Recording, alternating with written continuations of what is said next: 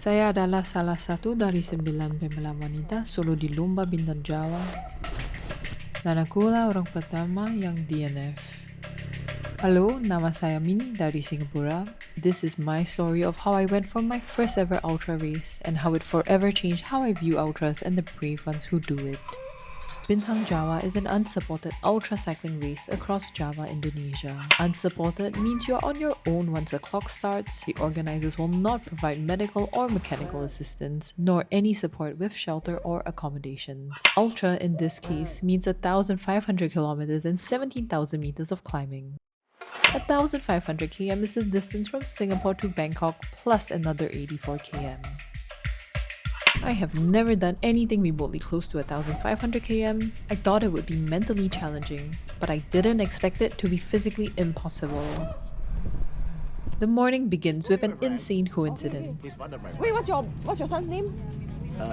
Me? Yeah, your. Carita. Okay. Right. Yeah, we met in Melbourne. Are you alone or your group? Solo. You? So I met Royka in Melbourne 6 months ago at a Rapha Melbourne Luna Park ride. Semangat. If I didn't stand exactly here and if he didn't say hello to me, Singapore, we would not have reconnected and made this insane connection. Also back in Melbourne, we only met because we were both early and he was so friendly. There are 165 riders at the start line, 126 solo males, 30 pair riders, 9 solo females.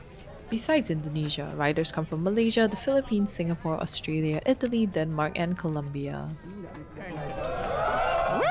Good luck to you. Bye. I was feeling physically nervous last night because it finally hit me how massive this ride was gonna be. Let's go. But this morning, surrounded by happy supporters and cheerful, well-lit riders, I only feel a clear-minded calm and readiness. Ready to explore the road ahead, ready to do what needs to be done. And this is actually my first lesson in ultra cycling. You only have one simple job, one single focus for your entire existence now, which is to keep pedaling and keep going forward. I'm gonna fast forward, and you can also fast forward on your YouTube settings. I recorded the first 5 minutes and I'm putting the full clip here just in case you recognize yourself. A journey of 1,500 km starts with a single km, and this is km 0. Because this is my first ever ultra, I don't have any actual experience to draw confidence from. I can only put my trust in my legs and my mind to do something they've never had to do before. And I can only obey some universal cycling advice such as make hay while the sun shines, or in this case, cover more ground when the sun isn't up yet, because once it gets hot, it'll feel even harder. 2. For such long rides, always stay within your personal sweet spot when it comes to effort. Never ever overly fatigue your muscles for no reason, because it's literally a marathon, not a sprint. So this means taking the ride at your own pace instead of chasing others. And this means climbing uphill more slowly than you know you can. I'm using a 50-34 chainring and an 11-34 cassette.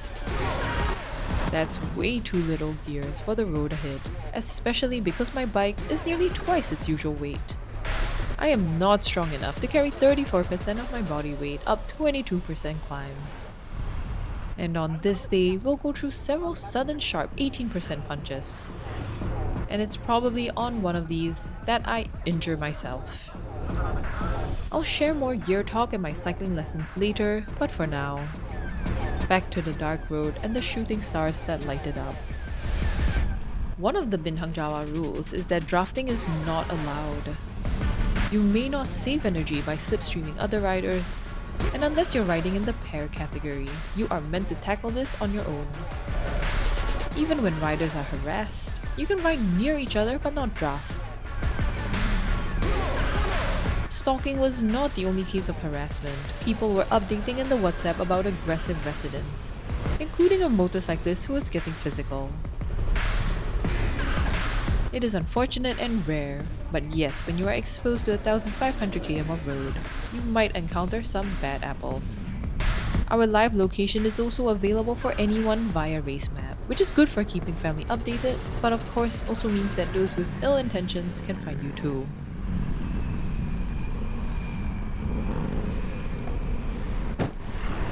We are about 34 km into the route, still a drop in the bucket, still densely packed enough that you can have company, which I intend to fully enjoy while it lasts.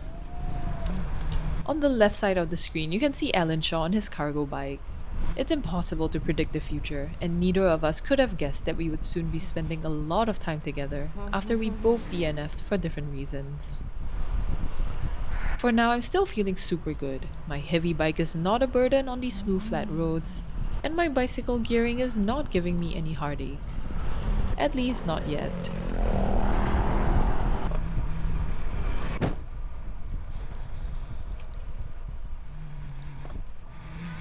Bentang Jawa is in its 5th year, so some of these joyful kids have literally grown up watching crazy cyclists go past their homes. I didn't get my camera out in time, but we just finished an insane gravel section with loose boulders. The only thing that kept me upright on my 32mm tires was pure shock and the vision of my overloaded bike snapping in half if I toppled over. I actually came to a complete stop in the middle of the rocks because the stuff that I strapped on top of my saddlebag had totally swung off and was going into my rear spokes. Anyway, that was where I said goodbye to my pack and hello to leg pain. You want to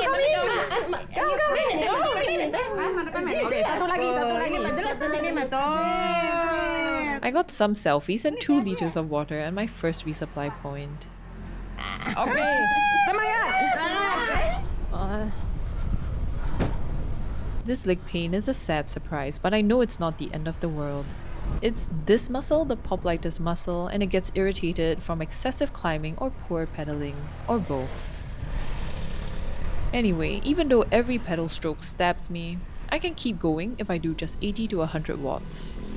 And I actually took a 1-hour lunch break to lower my seat post, charge my phone, and take a 30-minute nap in case my leg felt better. It didn't improve, but from past experience, I know that I'm not causing permanent damage, and so I am not stopping, even though this segment from the start to checkpoint 1 is the toughest part of the race with the most climbing. With my knee like this, I'm no longer min-maxing every second of my day, which is what you must do to perform well in an ultra race. If I was really racing, I wouldn't be obediently waiting for my turn like this. Do you know what you mean, Merdeka? Independent. Independent for liberty. Liberty.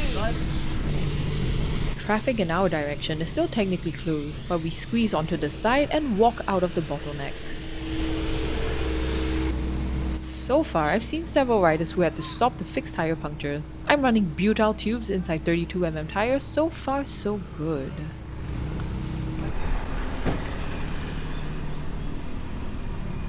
The skies look great for now, but I'll soon learn to never bet on dark skies appearing only after sunset.